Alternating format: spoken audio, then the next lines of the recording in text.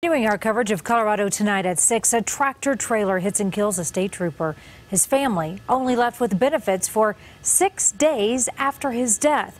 Well, state lawmakers say that is not right. And they want to help the families of those killed while serving and protecting our communities. New at 6, political specialist Sean Boyd at the Capitol tonight. Sean, we naturally think of the 3 deputies recently killed on the job.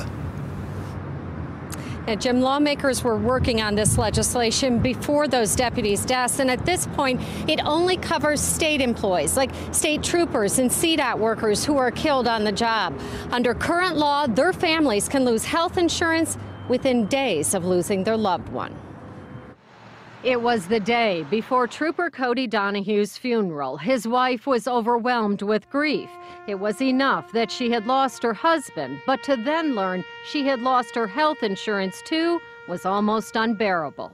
6 days after he was killed, before we had his funeral, my daughter got sick.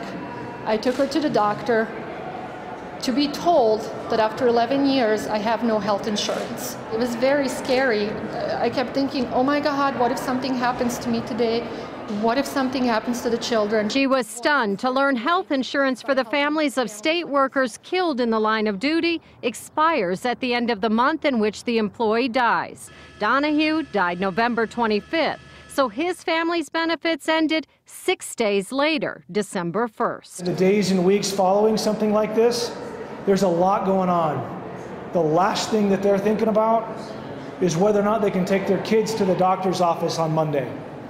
We need to do that for them. State lawmakers agree. We as legislators need to be the first ones to step up to say that's not right. Under a new bill, the state would cover benefits for the families a year after the employee's death. It is important that any public employee in their line of duty, if they're killed in that line of duty, that we maintain that same level of commitment to their families. I would not want to see anyone else go through it.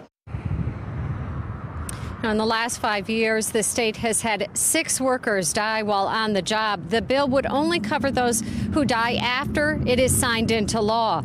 And again, those benefits will expire after a year. As for the deputies who were killed in the line of duty, state lawmakers are looking into what county governments do to cover their families and whether more is needed. The bill did pass its first committee today unanimously.